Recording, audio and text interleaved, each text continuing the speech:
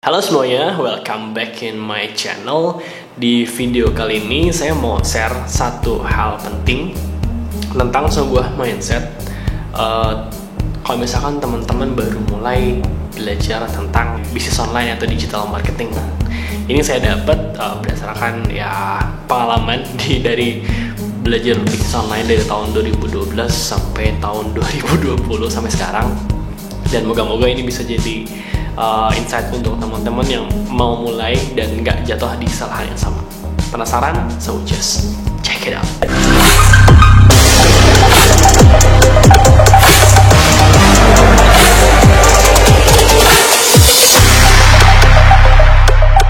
Jadi mindset penting atau key takeaways yang saya pelajarin yang mungkin saya mau share kalian adalah pertama, the platform changes over time.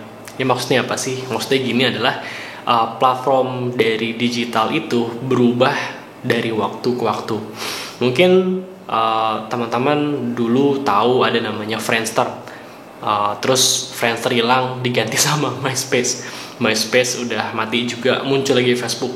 Facebook belum selesai, udah muncul lagi ada Instagram, muncul lagi ada Twitter, ada lagi WhatsApp, ada lagi sekarang TikTok, ada lagi YouTube, ada lagi sekarang podcast. Satu poin penting yang perlu teman-teman ingat adalah gak ada jaminan kalau suatu platform tersebut bisa akan bertahan terus-menerus dari waktu ke waktu.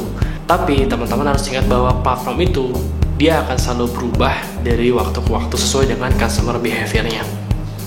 Nah, kalau misalkan kita tarik garis lurus ke belakang sebelum adanya internet, itu orang juga yang namanya media juga terus berganti-ganti. Pertama dulu mungkin ada dari koran, orang membaca dari media cetak udah selesai muncul radio selesai muncul lagi TV selesai baru muncul di internet ada dan platformnya terus berganti-ganti dari mulai blog, terus ada lagi tadi Friendster, social media platform juga berganti-ganti. Terus sekarang yang jadi pertanyaan adalah bagaimana nih kita bisa menyikapi kalau suatu platform tersebut terus berganti dari satu pelajaran penting yang saya dapat dari belajar online marketing adalah dulu kalau teman-teman tahu ada namanya SEO atau Search Engine Optimization. Itu adalah salah satu cara untuk mendatangkan traffic secara online melalui search engine seperti Google.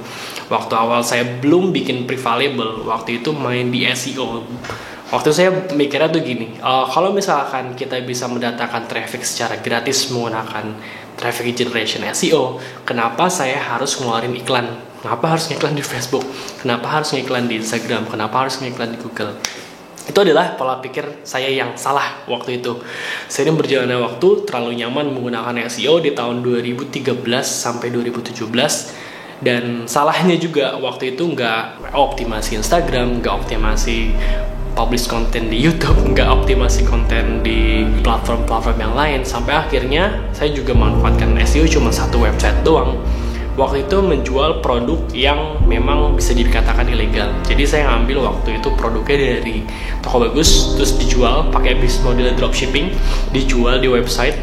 Webnya waktu itu adalah obat-jerawat-online.com. Jadi mengoptimasi keyword-keyword yang berhubungan dengan obat jerawat. Jadi misalkan orang ngetik obat jerawat dokter, cara menghilangkan jerawat, spesialis jerawat, itu muncul website saya di halaman pertama.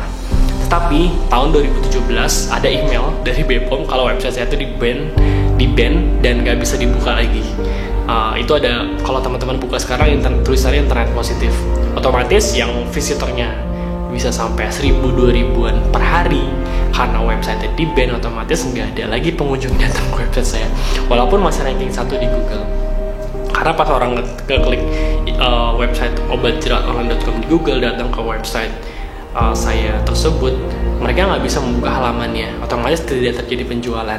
Di saat itu, dalam waktu singkat, dalam waktu semalam, yang salesnya harian lumayan banyak, bisa belasan sampai puluhan penjualan dalam sehari, akhirnya hilang gitu aja. Dan saya nggak punya, karena terlalu terpaku sama satu website, saya terpaku dengan satu traffic generation, nggak optimasi platform-platform yang lain, otomatis ya udah penghasilannya saat itu langsung turun drastis saat itu juga.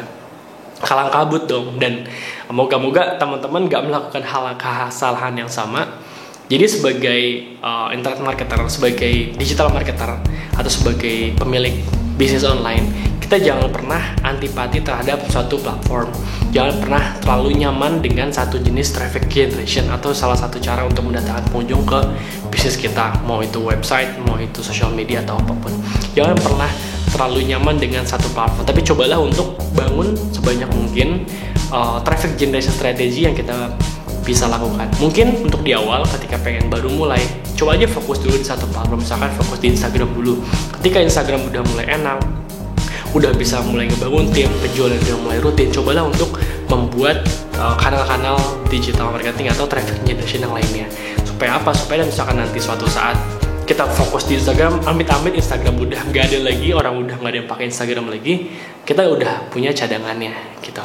Jadi itu adalah poin penting yang pertama, platform change over time, dan kita harus coba memahami bagaimana karakteristik marketing. Terus sekarang yang jadi pertanyaannya, apa nih yang harus kita lakukan kalau misalkan kita udah tahu kalau suatu platform itu akan berubah dari waktu ke waktu. Nah, tips pertama yang teman-teman perlu lakukan adalah memahami bagaimana consumer behavior. Ini ada salah satu data yang saya ambil dari Hootsuite Digital. Itu datanya kayak gini. Teman-teman bisa akses aja, nanti ada link description-nya di bawah.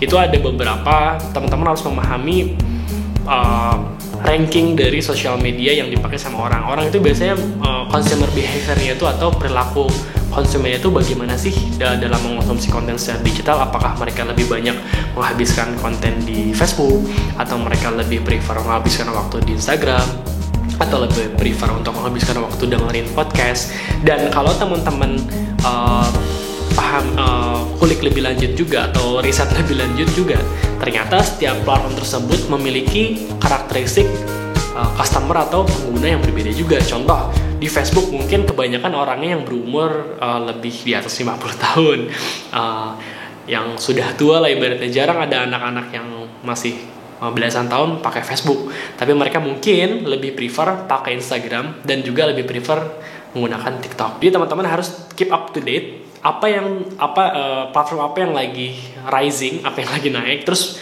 customer behavior di setiap platform itu kayak gimana sih. Itu yang pertama. Poin penting yang kedua yang untuk menyiasati kalau platform itu change over time adalah kita harus gak boleh sama sekali antipati terhadap suatu platform. Seperti yang saya udah alamin tadi, saya antipati sama platform traffic generation yang berbayar. Karena ini gratis, ngapain berbayar? Nah, itu mindset yang salah. Karena yang berbayar pun terkadang bisa lebih profitable dan bisa lebih cepat dibandingkan yang gratis. Gitu loh. Nah, teman-teman harus paham hal tersebut. Jadi jangan pernah antipati sama suatu platform. Contohnya mungkin yang kita bisa lihat sekarang, ada satu platform yang lagi naik banget, itu TikTok.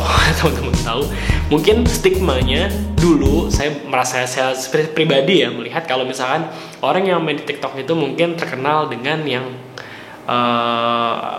yang lucu-lucu lah, bisa dibilang.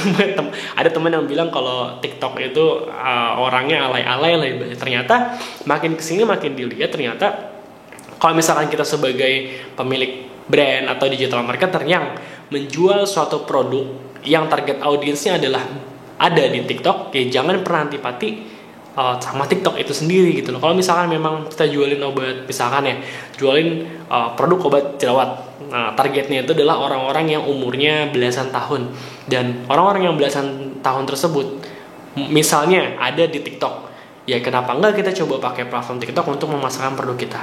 Kita bisa memakai TikTok Ads mungkin, atau kita bisa juga menggunakan influencer yang ada di TikTok. Mungkin mereka bikin konten sambil menggunakan produk kita di sana. Itu juga bisa kita lakukan. Paling pentingnya adalah jangan pernah antipati terhadap satu platform. Tapi coba dulu, pahamin dulu marketnya gimana. Kalau memang marketnya tersebut cocok sama produk yang kita jual, kenapa nggak kita coba jual produk kita di sana. Tips yang terakhir ini lebih ke insight tentang tren atau era dari podcast. Jadi ini ada satu riset yang saya ambil dari Daily Social. Yang pertama itu dia melakukan riset. Pertanyaannya tuh kayak gini, apakah kamu familiar dengan podcast? Dari 2018 responden, 68%-nya bilang mereka tuh familiar dengan podcast. dan sisanya mereka yang nggak familiar sama podcast. Terus pertanyaan lanjutannya lagi, apakah kamu mendengarkan podcast dalam 6 bulan terakhir? Jadi orang yang menjawab pertanyaan pertama dengan jawaban iya, ditanya lagi pertanyaan kedua, apakah kamu mendengarkan podcast dalam 6 bulan terakhir? Ternyata 80% dari orang yang familiar dengan podcast menjawab ya, mereka mendengarkan podcast dalam 6 bulan terakhir.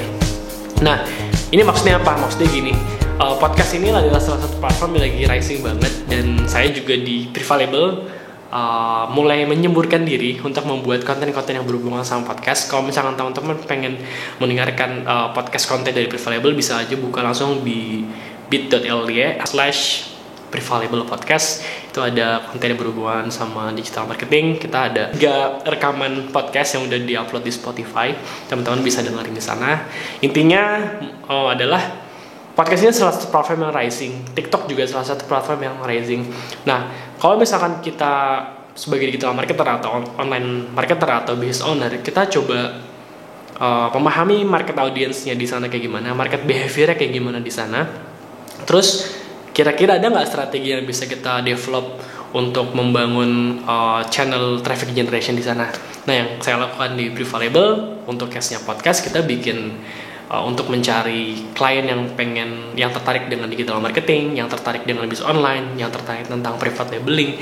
Saya memberikan konten-konten gratis dengan cara membuat serial konten. Jadi discuss dengan CEO, discuss dengan founder, sharing tentang bisnis mereka, dan bikin rekaman tersebut dipublish secara online. Dengan harapan dari podcast tersebut nanti kita akan bawa lagi ke halaman website kita di Prevalable untuk memasukkan nama sama email. Nanti kita akan membangun ibaratnya komunitas. Jadi dari podcast, komunitasnya akan datang, nanti kita bawa lagi ke email. Oke, mungkin itu aja share saya kali ini tentang sebuah mindset atau key takeaways yang saya pelajarin dari belajar digital marketing selama 8 tahun terakhir. Moga-moga itu bisa jadi insight untuk teman-teman. Dan untuk teman-teman yang pengen belajar lebih detail yang berhubungan tentang digital marketing dan juga private labeling, jangan lupa buka aja langsung di www.playbook.prevalable.id. Ini ada linknya. Terus jangan lupa juga untuk like, comment, dan share kalau misalkan video ini bermanfaat. Plus jangan lupa juga untuk subscribe. Mungkin itu aja. Jangan lupa juga teman-teman bisa gunain hashtag #tanjaubai, komen di bawah. Nanti kalau misalkan pertanyaan yang terpilih, saya akan bikinkan konten yang berhubungan dengan pertanyaan tersebut. And thank you for